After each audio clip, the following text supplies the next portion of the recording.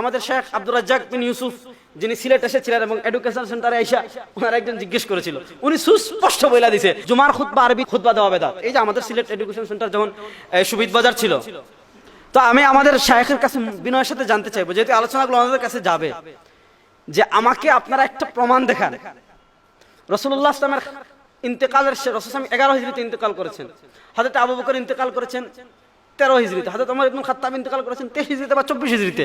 তো উনাদের যুগে তো অনারব থেকে অনেক মানুষ আসতো মদিনায়, আসতো না? আসতো।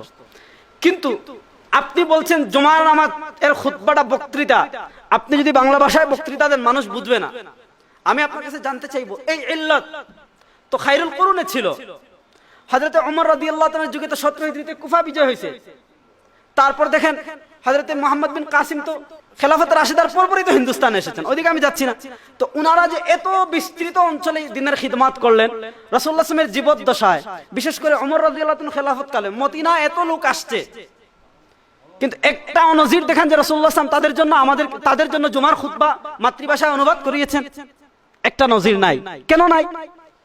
একটা দৃষ্টিভঙ্গি আমি বলি।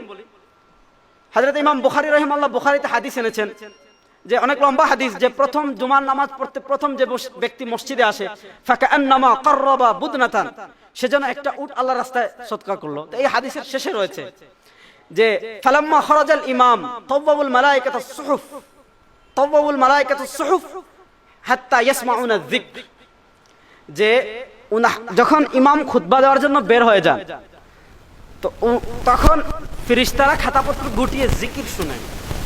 হযরত মুফতি শফি সাহেব রাহিমাহুল্লাহ এই বিষয়ে স্বতন্ত্র একটা রিসালা লিখেছেন জাওয়াহিরুল ফিকহে। দেখেন জিকির আমরা সকলে জানি, রাসূলুল্লাহ সাল্লাল্লাহু আলাইহি ওয়াসাল্লাম বলেছেন, কেউ যদি সুবহানাল্লাহ ওয়া আলহামদুলিল্লাহ একবার বলে তামলা মা বাইনাস সামাই ওয়াল আরদ, আসমান জমিনের খালি জায়গা আল্লাহ নেকি দ্বারা ভরে দেন। জিকিরের ফজিলত। এবার মনে করেন কেউ বলল সমস্ত প্রশংসা আল্লাহর, সকল পবিত্রতা আল্লাহর, এবার আপনারা বলুন সুবহানাল্লাহ আলহামদুলিল্লাহর যে ফজিলত, সমস্ত প্রশংসা আল্লাহর বললে ওই ফজিলত হবে? হবে না।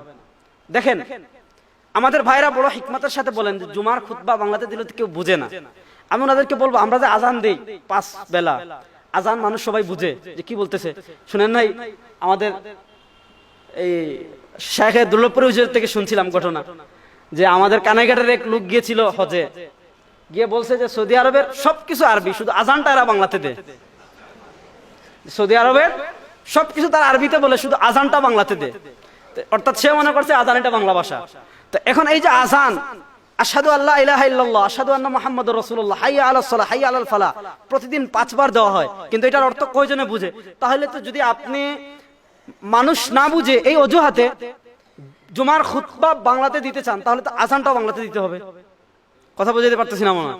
তাহলে তো আপনাকে আজানটাও বাংলাতে দিতে হবে, 1 নাম্বার। এজন্য দেখেন জিকির, শরীয়তের জিকিরের মাসালা হলো যে জিকির শারিআ থেকে যে ভাষায়, আপনাকে সেই ভাষাই করতে হবে। এজন্য দেখেন শাহ ওলিউল্লাহ মুহাদ্দিস দেহলভী রাহিমাহুল্লাহ বলেছেন, ইমাম নববী রাহিমাহুল্লাহ কিতাবুল আসকারে বলেছেন, তারপর ইমাম শাতিবী রাহিমাহুল্লাহ ইমাম রাফি রাহিমাহুল্লাহ বলেছেন এই কথা।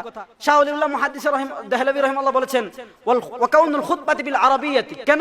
ফালি ইস্তিমরারিহি ফি মাশারিকিল আরদি ওয়া মাগারিবিহা, যে পৃথিবীর প্রাচ্য থেকে পাশ্চাত্য, পূর্ব থেকে পশ্চিম সব যুগে সর্বাবস্থায় মানুষ জুমার খুতবা আরবিতে দিয়েছে। মা আন্না কাসীরিম মিনাল মুখাতাবিন আজামিন, যদিও অনেক মুখাতাব এমন ছিল যারা আজমি, আরবি বুঝে না, তারপর রাসূলুল্লাহ সাল্লাল্লাহু আলাইহি ওয়াসাল্লামের যুগ থেকে নিয়ে আজ পর্যন্ত ধারাবাহিকভাবে সব জায়গায় জুমার খুতবা আরবিতে দেওয়া হচ্ছে, কারণ জুমার খুতবা এটা জিকির, জুমার খুতবা জিকির। এবং অনেক হাদিস রয়েছে মুসান্নাফ ইবনে আবি শাইবা হযরত ওমর রাদিয়াল্লাহু আনহু কথা, যে এটা 2 রাকাত নামাজের কায়েম মুকাম। এজন্য এটা শারিআ থেকে যে ভাষায়, শারিআ যে ভাষায় দিয়েছেন আপনাকে সেই ভাষায় দিতে হবে। এজন্য আমরা দেখি খায়রুল কুরুন আমাদের জন্য দলিল। খায়রুল কুরুনে কোন সাহাবী, কোন তাবেঈ, কোন তবে তাবেঈন, এত বিশাল অর্ধ পৃথিবী মুসলমান শাসন করেছে, কোথাও কেউ মাতৃভাষায় খুতবা দিয়েছে? একটা উপমা দেখান, মাত্র একটা। মাতৃভাষায় জুমার খুতবা দিতে হবে, একটা হাদিস দেখান, জয়ীফ হাদিস, সহিহ হাদিস না, জয়ীফ হাদিস দেখান, কিয়ামত পর্যন্ত দেখাতে পারবে না। কিন্তু ওনারা আজকে দেখেন এইটাকে বেদাত বানিয়ে ফেলেছে। অথচ যদি আপনি উসুলুশ শরিয়া পড়েন, যদি মানে তাহলে দেখা যাবে যে যদি আপনি মাতৃভাষায় বেদাত জুমার খুতবা দেওয়া সুন্নাহ বলেন, সেটা বেদাত হবে। কারণ মোল্লা আলী কারি রাহিমাহুল্লাহ যে উসুল উল্লেখ করেছেন, তারপর ইমাম শাতিবী রাহিমাহুল্লাহ কিতাবুল ইতিসামে যে উসুল উল্লেখ করেছেন, তারপর আমরা নুসুসাতের আলোকে যে আল্লামা ইবনে আমির হাজার সনান রাহিমাহুল্লাহ আল মাদখালে যে উসুল উল্লেখ করেছেন, এগুলা যদি আমরা পর্যালোচনা করা দেখি, তাহলে মাতৃভাষায় জুমার খুতবা দেওয়া সুন্নত, এটা যদি কেউ বলে সেটা বেদাত হয়ে যাবে।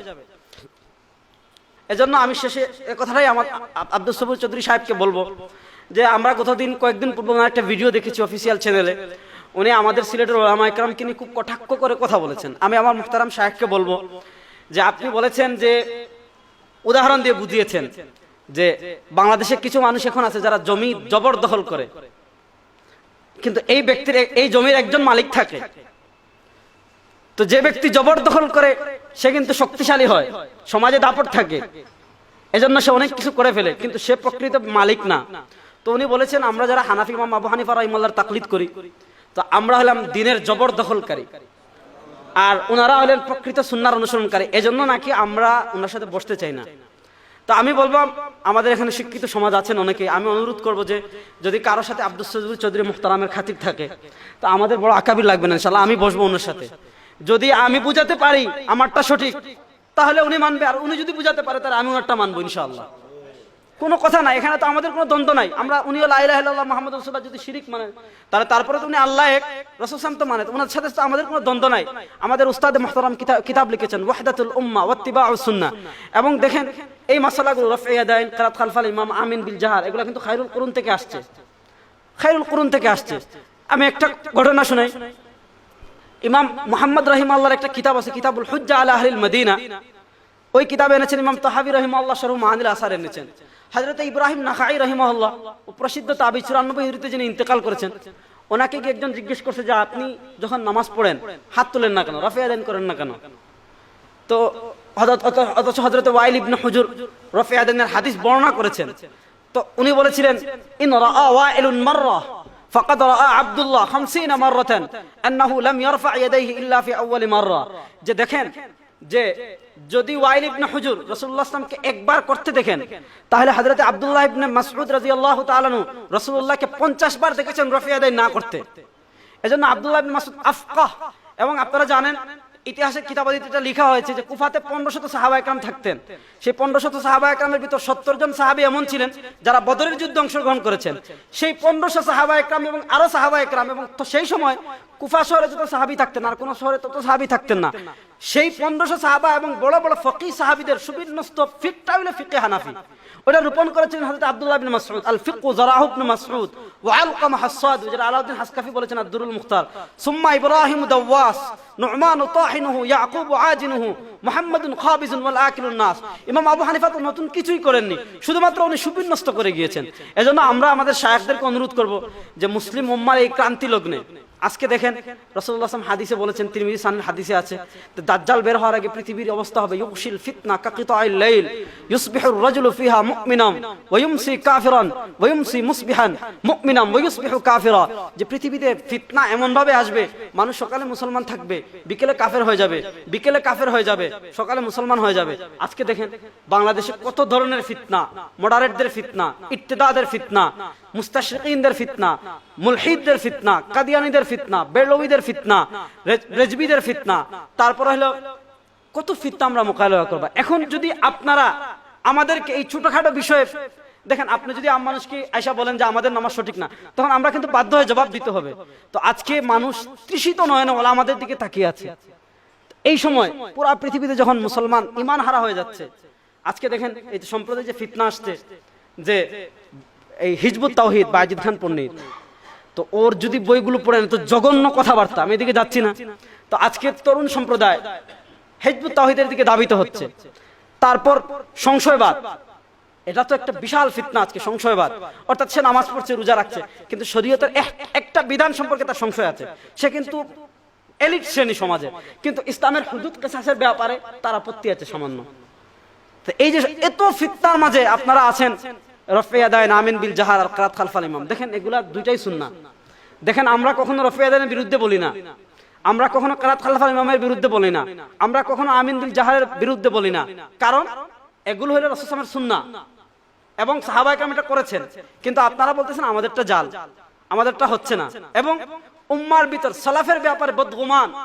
আজকে উম্মাহ বড় দুঃখ লাগে, শেখ মুহাম্মদ আওয়ামাও লিখেছেন যে একজন সাধারণ কর্মচারী সেই ইমাম আবু হানিফাকে জরাহ করে, সে ইমাম মালিককে জরাহ করে, সে ইমাম আহমদ ইবনে হাম্বলকে জরাহ করে, সে নিজে মোবাইল থেকে পড়ে আলেম হয়ে যাচ্ছে। দেখেন আমাদের শায়খ যে কথাগুলো বলেছেন, একটা হাদিস বলেছিলেন, মান ইউরিদিল্লাহু বিহি খায়রান ইউফাক্কিহু বিদ্দিন ইন্নামাল ইলমু বিত্তাআল্লুম। এই হাদিসের ব্যাখ্যায় হাফিজ ইবনে হাজার বলেছেন ফাথুল বারীতে, লাইসাল ইলমুল মু'তামাদ ইল্লাল মাখুজ আন নবী আও আন ওয়ারাসাতিহি বিতারিকিত তালিম, যে তোমার ওই ইলমটা গ্রহণ হবে যেটা তুমি নবী থেকে শিখেছো, আও আন ওয়ারাসাতিহি ওয়ারিস থেকে শিখেছো, বিতারিকিত তালিম, পদ্ধতি হলো কি তালিম, শিক্ষার মাধ্যমে। আজকে যদি আপনি শেখ মুজাফফর বিন মুহসিনের বইগুলো পড়েন, ডক্টর আব্দুর রাজ্জাক বিন ইউসুফের বইগুলো পড়েন, আমাদের আব্দুল সবুর চৌধুরী সাহেব যে বইটা লিখেছেন প্রচলিত সালাতের ভুল ত্রুটি, ছোট্ট বই, তো এই বইয়ে যে উনি এই 30 পৃষ্ঠার বইয়ে কতটা ভুল করেছেন উনি নিজেও হয়তো জানেন না। আমার মনে হয় যে উনি মাফু, কারণ একজন মানুষের জেনে শুনে এত ভুল করতে পারে না। একজন মানুষ জেনে শুনে একটা সহিহ হাদিসকে কিভাবে জাল বলবে? তারাবির 20 রাকাতের যে হাদিসকে ইমাম নববী রাহিমাহুল্লাহ সহিহ বলেছেন, ইমাম ইবনুল মুলাক্কিন রাহিমাহুল্লাহ সহিহ বলেছেন, যে হাদিসকে ইমাম ইরাকি রাহিমাহুল্লাহ সহিহ বলেছেন, যে হাদিসকে মোল্লা আলী কারি রাহিমাহুল্লাহ সহিহ বলেছেন, যে হাদিসকে আইনি রাহিমাহুল্লাহ সহিহ বলেছেন, এমনকি খুদ আলবানী রাহিমাহুল্লাহ জাল বলেননি। আলবানী রাহিমাহুল্লাহ ওটাকে জয়ীফ প্রমাণিত করার চেষ্টা করেছেন, কিন্তু উনারই শাগির কিতাব লিখেছে, উনার ভিতরে বিবেক ছিল, তাসসিহু সালাতি তারাবি 20 রাকাতান ওয়ার রাদ্দু আলা শাইখ আল আলবানী ফি তাযয়ীফি। তো আপনারা যদি কথা থাকে আমাদের সাথে আসেন, আমরা বসে কথা বলি, বসে সমাধান করি। তো অনুরোধ করব যে উম্মার এই ক্রান্তি লগ্নে এই সমস্ত ছোটখাটো বিষয় নিয়ে উম্মাকে বিভক্ত করবো না ইনশাআল্লাহ। যে কথাগুলো বিক্ষিপ্ত কথাগুলো বললাম বড়দের সামনে, আল্লাহ যদি কোনো ভুল ভ্রান্তি হয়ে থাকে আল্লাহ যেন আমাকে মাফ করে দিন। আল্লাহ রাব্বুল আলামিন এই কথাগুলোর উপর আমাদের সকলকে আমল করার তৌফিক দান করুন। সুবহানাকাল্লাহুম্মা বিহামদিকা আশহাদু আল্লা ইলাহা ইল্লা আনতা আস্তাগফিরুকা ওয়া আতুবু ইলাইক। আসসালামু আলাইকুম। সুবহানাল্লাহ, আলহামদুলিল্লাহ, কাতিব টিভি, সুস্থ বিনোদনের অনলাইন ঠিকানা।